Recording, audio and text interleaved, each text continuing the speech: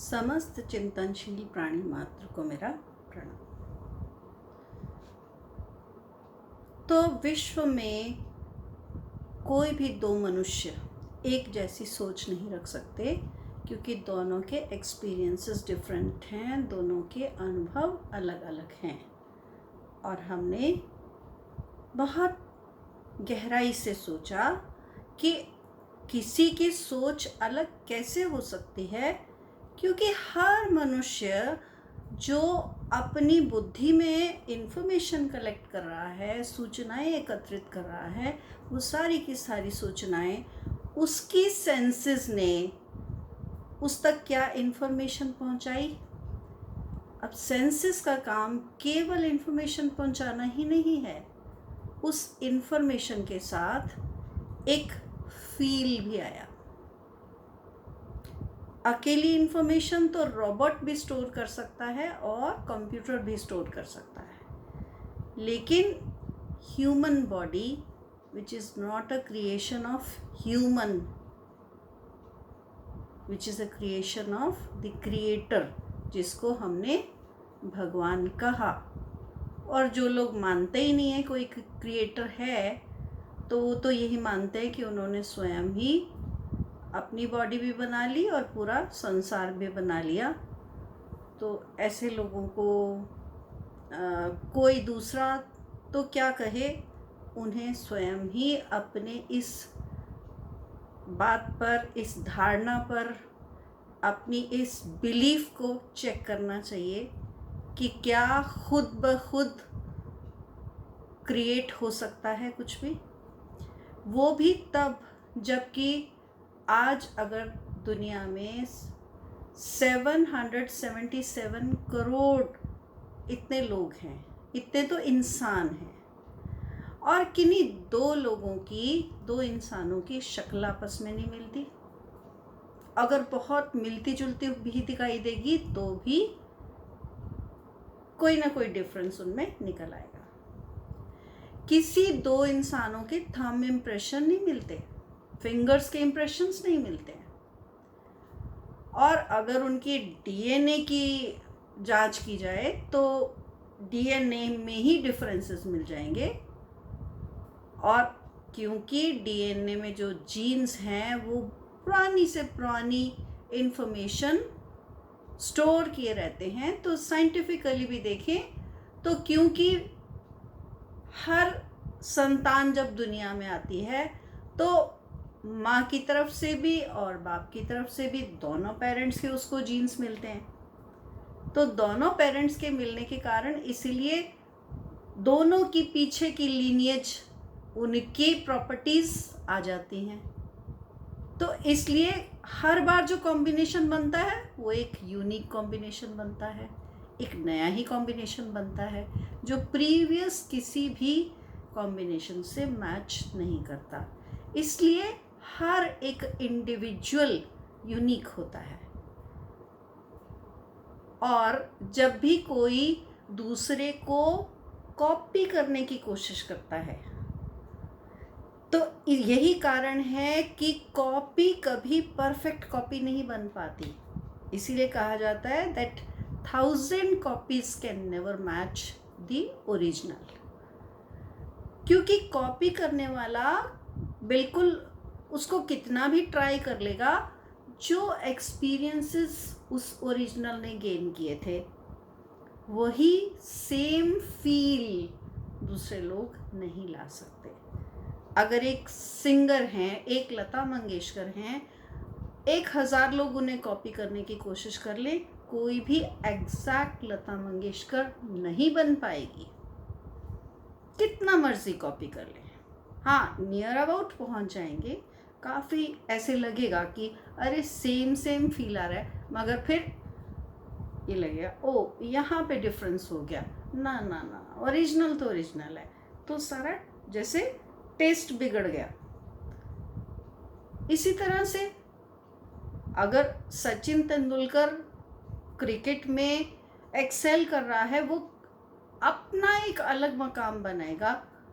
अगर उसको एक्सेल करना है, उसने अपना एक स्पेस क्रिएट किया किसी भी प्रीवियस इंसान से उसके गुण लिए जा सकते हैं, गुण लेने की कोशिश की जा सकती है, लेकिन एग्जैक्ट कॉपी कोई भी बनने की ट्राई करेगा तो वो फेल होगा। और उसका कारण सीधा सा ये है कि जब कोई भी इंसान अपने किसी भी काम में एक्सेल करता है तो एक्सेल करने में दो चीज़ें होती हैं, क्योंकि हर इंसान के पास ब्रेन है और ब्रेन के दो पार्ट्स होते हैं, राइट और left. Left brain is logical, right brain is emotional. It is capable of creativity, imagining things. तो राइट ब्रेन में सारी कल्पना शक्ति, इमेजिनेशन, उसकी पावर है, और लेफ्ट ब्रेन में सारा लॉजिकल और रीजनिंग करने की एबिलिटी है। तो एक इंडिविजुअल जब दुनिया से, संसार से इंटरैक्ट करके एक्सपीरियंसेस को अपने माइंड में स्टोर करता है तो ये उसके माइंड पर डिपेंड करेगा। देखो, सेंसेस ने तो सारी की सारी फील्स भेज दी, फीलिंग ब्रेन में भेज दी। अब ब्रेन का जो थिंकिंग पैटर्न है वो उसका डेवलप होता है बचपन से। तो थिंकिंग पैटर्न जैसा होगा जिसके ब्रेन का, कोई इमोशनल है तो ज़्यादा इमोशनल है, वो आप देखते हैं कि शुरू से कोई लोग ज़्यादा इमोशनल होते हैं, और कई लोगों को ऐसा लगता है कि इनके अंदर तो इमोशंस की इतनी कमी है, ये इतने ड्राई हैं कि इतना भी ड्राई होना ठीक नहीं है, फिर इंसान में और किसी मशीन में फ़र्क ही क्या है। तो ये दो जो ब्रेन के पार्ट्स बनाए, ये भी किसी क्रिएटर ने बनाए ना, हमने खुद नहीं बनाए। तो again we call that creator God.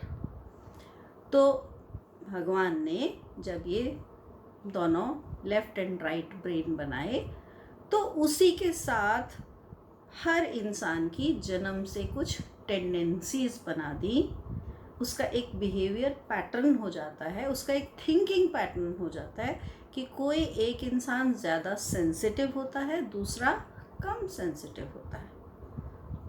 एक हर चीज़ को इमोशनली लेता है, दूसरा हर चीज़ को लॉजिकली लेता है।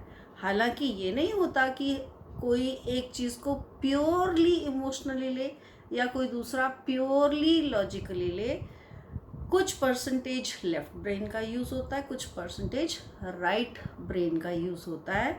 तो जिस तरह हर इंसान के पैदा होने में एक यूनिक कॉम्बिनेशन होता है, इसी तरह से हर इंसान के थॉट प्रोसेस का भी एक यूनिक कॉम्बिनेशन बन जाता है कि वो कितने परसेंट अपना राइट ब्रेन यूज़ कर रहा है और कितने परसेंट अपना लेफ्ट ब्रेन यूज़ कर रहा है।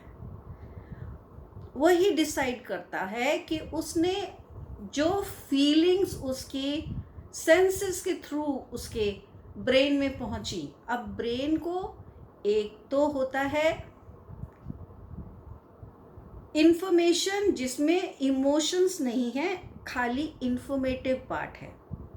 जैसे बंगाली रसगुल्ला, दिल्ली का बंगाली मार्केट में जो बंगाली रसगुल्ला, ये इस दुकान का बड़ा फेमस है जी, बांग्ला स्वीट्स का।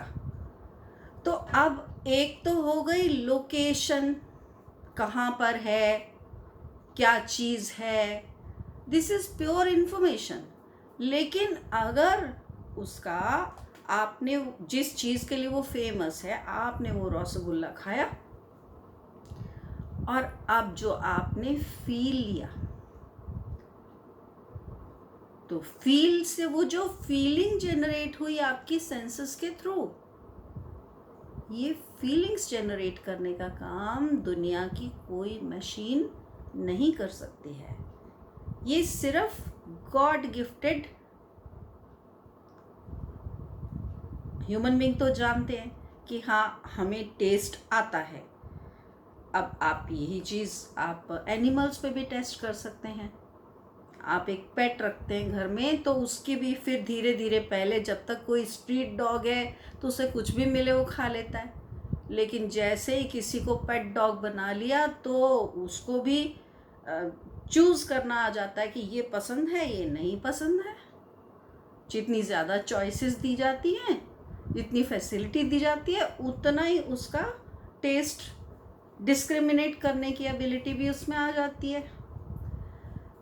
तो ह्यूमन बीइंग, क्योंकि ये सारी सेंसेस का इस्तेमाल एक वैरायटी पे, वास्ट वैरायटी पे करता है, तो उसके अपने जो एक्सपीरियंसेस हैं, जो फील है, हर तरह का फील, आईज का, नोज का, टंग का, टच का, ईयर्स का, वो सारे जो फीलिंग हैं सारी 5 सेंसेस से इंफॉर्मेशन को भी वो स्टोर करता है और साथ में फीलिंग्स को भी वो स्टोर करता है। तो इंफॉर्मेशन, जैसे कि मैंने पहले भी कहा, ओनली इंफॉर्मेशन तो किसी रोबोट में, आपके फ़ोन की मेमोरी में, आपके कंप्यूटर में भी स्टोर की जा सकती है, जस्ट इंफॉर्मेशन, लेकिन उसके साथ फीलिंग को भी याद रखना, ये आपके ब्रेन में ये सारा कुछ स्टोर रहता है। आप एग्जैक्ट इंसिडेंट्स कई बार भूल जाते हैं कि एग्जैक्टली क्या हुआ था, लेकिन उसका जो इम्पैक्ट आपके माइंड में हुआ कि वो गुड एक्सपीरियंस था या बैड था, वो पूरी घटना आपको चाहे याद ना भी हो, लेकिन उसका इम्पैक्ट, आपके माइंड पे जो इम्प्रेशन है वो छूट जाता है। तो इसलिए हर एक इंसान एक इंडिविजुअल होता है और हर एक इंसान का इसीलिए एक ख़ास पर्सनालिटी होती है। पर्सनालिटी का मतलब वो जो उसकी पर्सनल है। तो पर्सनल वो कैसे बनी? वो इसी तरह से पर्सनल बनी कि क्योंकि उसके एक्सपीरियंसेस बाकी सबसे अलग थे, इसलिए उसका थॉट प्रोसेस भी सबसे अलग बना। हालांकि सिमिलर आपको लग सकता है कि सिमिलर है, मगर सिमिलैरिटी, जैसे थंब इम्प्रेशन में सिमिलैरिटी नहीं होती, इसी तरह से किन्हीं दो लोगों की सोच में भी सिमिलैरिटी नहीं होती और न ही हो सकती है, होने की कोई पॉसिबिलिटी भी नहीं है।